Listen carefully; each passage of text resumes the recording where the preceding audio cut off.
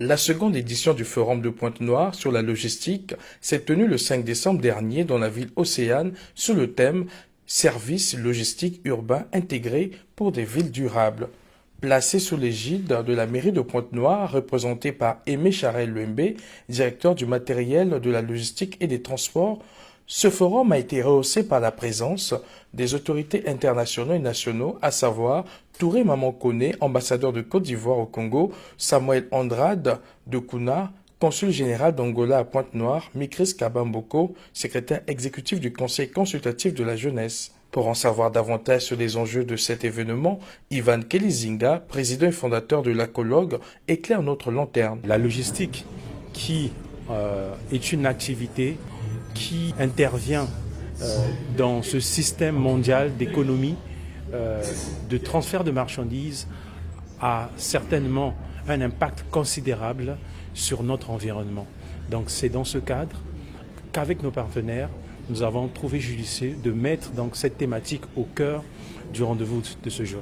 Une audience déjà très édifiée, informée, sensibilisée sur les bonnes pratiques, les recommandations en matière de durabilité des villes, des meilleures méthodes de logistique, d'optimisation de coûts. C'est aussi un lieu de réseautage. Plusieurs professionnels sont là aujourd'hui. Il y avait des autorités ce matin. Ville et tourisme durable, écomobilité, assainissement et responsabilité sociétale des entreprises et des organisations est l'un des thèmes des panels à l'ordre du jour. Viviane Titiet, directrice générale de Horizon International Sarl, et Serge Ngwakamabé, directeur général de l'Hôtel du Lac, étaient parmi les intervenants de ce thème. On les écoute respectivement sur le rapport. Le thème de notre panel oscillait autour de tout ce qui est ville durable, écomobilité, assainissement et également le tourisme durable. Donc avec mes co-panélistes, nous avons évoqué certains défis face auxquels doivent faire sont confrontées plutôt les villes pour évoluer vers des villes vertes, c'est-à-dire des villes qui intègrent tous les enjeux sociaux et environnementaux. Qui vont donc se déployer au niveau de différents secteurs comme les transports, c'est-à-dire en sachant que 30% des émissions de gaz à effet de serre sont liées au secteur du transport.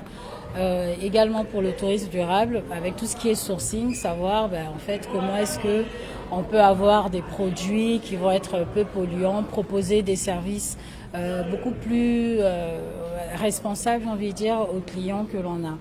Donc voilà, on a un petit peu fait le tour de la question pour arriver sur certaines conclusions qu'il faudrait que la responsabilité soit réellement déployée au sein des entreprises, au sein des organisations, au sein des citoyens et que le cadre réglementaire accompagne justement ces initiatives-là. Nous essayons tant soit peu de respecter au moins la nature parce que l'adage dit que le seul moyen de préserver la nature, c'est de la respecter. L'hôtel du Lac, par exemple, est un site de loisirs et de tourisme. Vous remarquerez que nous utilisons plutôt des bateaux pédalos en lieu et place des bateaux à moteur, à combustion, qui utiliseraient des énergies fossiles. Le forum s'est clôturé le samedi 7 décembre par une journée dédiée à la salubrité au niveau de la gare ferroviaire du centre-ville, une initiative symbolique qui, selon les organisateurs, devait être pérennisée pour renforcer les efforts d'assainissement et sensibiliser la population à l'importance d'un environnement sain.